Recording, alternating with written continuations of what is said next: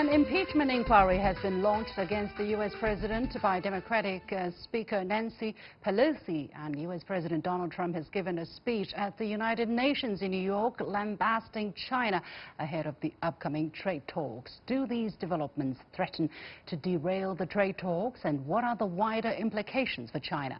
Welcome to The Point, an opinion show coming to you live from Beijing. I'm Li Xin.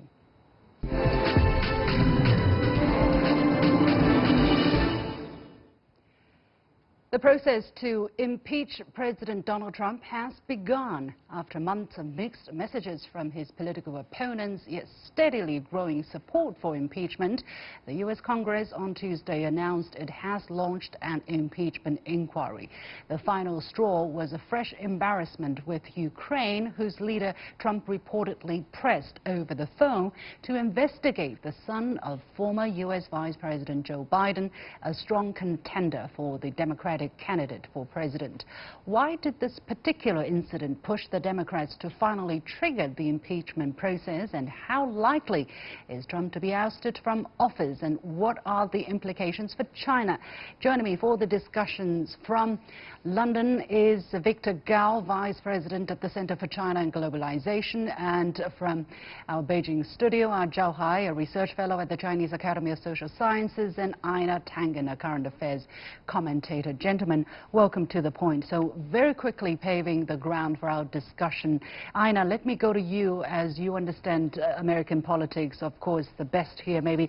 Why now? There have been so many little things that upon which people have been calling for impeachment, and finally Pelosi decided now is the moment. Now in Chinese we have a saying, when you have too many fleas on your body, you don't feel itchy anymore. But why this particular one? Well, quite frankly, I mean, it might be a little bit premature. They're going to be wanting to see exactly what is in this it's not a recording. They're putting notes, transcript, but it's not going to be an accurate transcript. Remember, Donald Trump will be in charge. His people will be in charge of preparing it. It might have been better to wait to that. But the triggering mechanism was the fact that she had about 25 congressmen who ran in districts where Donald Trump did very well, and they needed cover. They didn't want to make this the issue. Now, they crossed over when they heard. They actually went to her and said, a large number of them, and said, listen, we're on board. We need to impeach. This has gotten beyond hand. I mean, they're patriots, first off, and the idea that the American president is calling up foreign presidents to do dirty tricks for them in exchange for money that was voted by Congress, passed by law, that was supposed to be given to them. Okay, so before we talk about the implications for China, I want to know how serious is this going to be a blow or some kind of setback for President Trump's effort to run for 2020 re-election? Because if it is just a symbolic move to send a message, or if it's really threatening to oust him from office, that's going to make a difference in how this is going to impact U.S.-China relations. Do you agree with me on that? I agree with you. I mean, the Donald Trump who is not facing impeachment is a very different one from one who is. And he has a game plan for each. You'll note that within minutes of Nancy Pelosi putting out that she was doing this, he was running a video that had been prepared months ago on the idea that there would be an impeachment going forward. So he's prepared for it. He has a battle plan. He's going to try to spin it the same way his tax issues. He's going to deny. He's going to hint, I'll release them, I won't release them, this type of thing. But in the end, he'll use lawyers and try to obstruct. Now remember, we're getting very, very close. We're basically a year away from the elections, and he is betting that he can somehow, put this off or actually use it as a club in terms of hitting the Democrats and saying, look, the reason everyone wants me out is because I'm tough on China, because I'm tough on the world. So that's what I mean, that there will be implications for China. Victor, let me go to Victor in London here. Victor, how do you read the seriousness of the matter at this moment, now that he's finally facing impeachment? And as Einar said, we're just over a year away from this re-election of the 2020 presidential election. How much of a chance do the Democrats hold to really make a heavy blow to the campaign of President Trump without hurting itself so much? Well, ever since President Trump became the U.S. president in January 1927, the prospect of impeachment against Donald Trump has never dissipated. It has never completely disappeared. But this time, the Democrats at least seized upon what they believe as a good opportunity to start the impeachment hearing. Why? Because they thought they had a smoking gun which may implicate President Trump in putting pressure on the Ukraine president to start investigation against the son of the most prominent Democratic candidate to the U.S. presidential election in 2020 by leveraging off on the so-called U.S. aid to Ukraine. Now, if the whistleblower's version of the allegation against President Trump can be verified, this would be a very serious, improper act on the part of President Trump, which could constitute impeachable offense under the U.S. law. Now, whether eventually it will turn out as the Democrats would expect, that's another thing. But if the House really proceeds with the impeachment hearing and launches the full-scale impeachment investigation against President Trump, it will become a double-edged sword. On the one hand, it could actually undercut President Donald Trump's re-election campaign, depending on the severity of the facts eventually unearthed. But on the other hand, if, for example, the shot turns out to be more or less a blank shot, it may undermine the Democratic efforts for the campaign in 2020. So what about I China? think there is a lot of uncertainty involved while right now. While this double-edged sword is being wielded. Now, China is not involved in the impeachment hearing of President Donald Trump at all. This is purely an internal matter for the United States, and I would suggest that China should stay as far away from the impeachment hearing as possible. Of course. But the impeachment hearing against President Trump will create a lot of uncertainty for President Donald Trump as the U.S. president. It may weaken his authority as the U.S. president. It may create a lot of uncertainty, and it may complicate the China-U.S. trade negotiations. All right. And I think, as far as China is concerned, it's better just to wait until the dust settles, and let's see what exactly will happen to President Trump in the coming months. Okay, let me go to Zhao Hai here in the studio. Zhao Hai, what is your observation of the situation? Victor says China's better wait and see. Of course, you know, it's U.S. domestic politics, but is China going to be the unlikely victim, the collateral damage, let's say, when President Trump is putting a lot of trouble?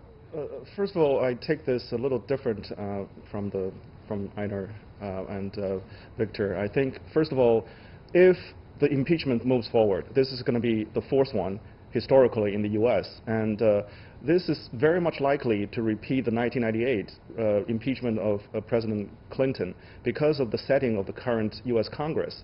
And even if the House of Representatives decided to impeach Trump, it's not likely that the Senate will actually remove him from office. That's number one. And number two, the timing of the impeachment is really about re-election, as we all see. That on the one hand, Nancy Pelosi is trying to influence the people, particularly the independent voters, now growing larger in this overall picture. And number two, she wanted to satisfy the left wing of the party, trying to unite them together against President Trump. And that being said, I think ultimately Trump is at this point still confident that he's not going to be removed from office, and therefore he's calling for witch hunt and trying to turn this and make it backfire against the Democrats.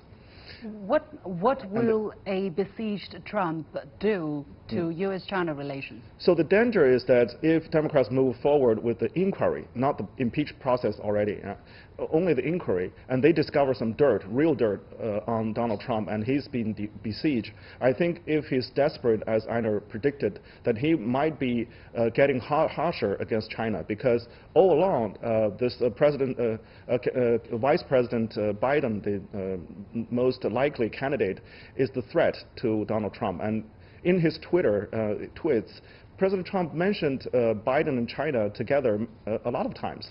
And now, because of this danger of Ukraine being dirt on him, he is very much likely to put this up again and criticizing China's ties with Biden together and refusing to move forward with the trade deal and probably adding more pressure on China. So I think that's the danger. Yeah, Einar, you agree with Zhao Hai's assessment about the China, suffering the consequence as the impeachment goes ahead? Absolutely. I mean, Donald Trump laid it out earlier when he said that the Democrats the Chinese want Democrats to win, despite the fact that the Democrats have been almost equally as harsh towards China, at least in what they've said. I don't know if they would do the same things Donald Trump has, but they're trying this idea that he can use this as a wedge to separate himself, be the strong man, be the one that everyone in the world is afraid of. This is what he's going to his base. The problem that he has is that it's the people in the middle who decide who's going to be president. It's not the Democrats or Republicans, it's the independents. And he might be turning those off. He does a lot of polling. He has a very, very sophisticated mechanism, the one that they used originally to win, involving Cambridge Analytica and all of these things. They've beefed it up. They've gone another couple of steps higher. They're spending a tremendous amount of money. The guy who ran the cyber side of the campaign is actually in charge of the campaign now. So that tells you where he's going to go. He's going to try to pick off on individual issues, and this is the danger for China, not only China, but all countries around the world. You saw him give his enemies list at the UN. He identified China, Venezuela, Iran, all of these countries that he doesn't like, and they are the enemy. He's really trying to, in the U.S. parlance, he's trying to wear the white hat and say, these are the guys in the black hat, and these are the people we got to go after. Let me go to Victor in London real quick once again, specifically, besides sitting and watching and waiting for things to clear up, to develop. Victor, what else can China do to prepare for any real bad scenarios coming out of the impeachment? Well, first of all, the steady deterioration in China-U.S. relations is a fact, and China needs to deal with harsh reality as seriously as we can. We cannot be complacent about it. We cannot really lose our sanity in the face of continuing deterioration of the Sino-U.S. relations. On the other hand, I think the impeachment hearing itself is very much domestically driven. It's very much tied with the U.S. presidential election coming up next year. For China, I think we need to stand firm as far as the U.S.-China trade war is concerned. First of all, the trade war is bad for China, but also it's very bad for the United States. It hurts the U.S. farmers and the consumers as much as it hurts factory owners in China, which may cause a lot of closure of companies in China. But the trade war, even if we assume the worst case scenario for China, will not really take a major toll on the economic development in China. So I hope President Trump and his advisors and the close lieutenants will realize that the trade war is futile as far as achieving the so-called U.S. strategic objectives are concerned, and it's better for China and the United States to figure out a better way to put the trade war behind us, and for the two countries to move on to more constructive relations with each other. All right. It's not a fancy idea. It's something that China and the United States can achieve for their mutual benefit. Yeah, we're actually at a very strategic window at this moment, because trade talks are set to resume in just October, and yet the relationship, the atmosphere is very delicate.